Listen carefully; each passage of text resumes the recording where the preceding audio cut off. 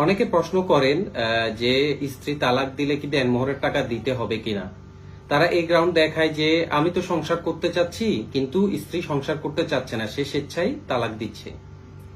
আমাদের দেশে কিছু প্রচলিত ভুল ধারণা আছে, তার মধ্যে একটি হচ্ছে স্ত্রী যদি তালাক দেয় তাহলে দেনমোহরের টাকা দেওয়া লাগবে না। পাশাপাশি আরেকটা ভুল ধারণা হচ্ছে তালাক দিলে দেনমোহরের টাকা দিতে হয়। এই দুটি ধারণাই হচ্ছে সম্পূর্ণ ভুল।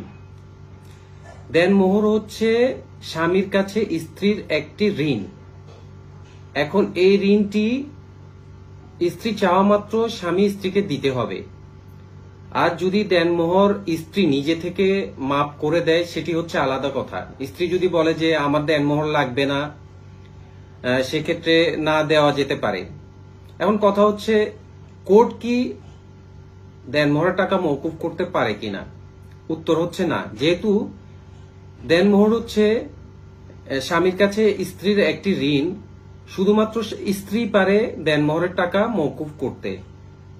এখন স্বামীর কাছে স্ত্রী দেনমোহরের টাকা চাইলেও দেনমোহরের টাকা স্ত্রীকে স্বামী দিচ্ছে না, সেক্ষেত্রে কি করণীয় আছে? সেক্ষেত্রে স্ত্রী করতে পারে পারিবারিক আদালতে স্বামীর বিরুদ্ধে দেনমোহর আদায়ের জন্য মামলা দায়ের করতে পারে। এক্ষেত্রে একটি সুবিধা হচ্ছে পারিবারিক আদালতে দেনমোহরের মামলা তাড়াতাড়ি শেষ হয় এবং টাকাও কম খরচ হয়।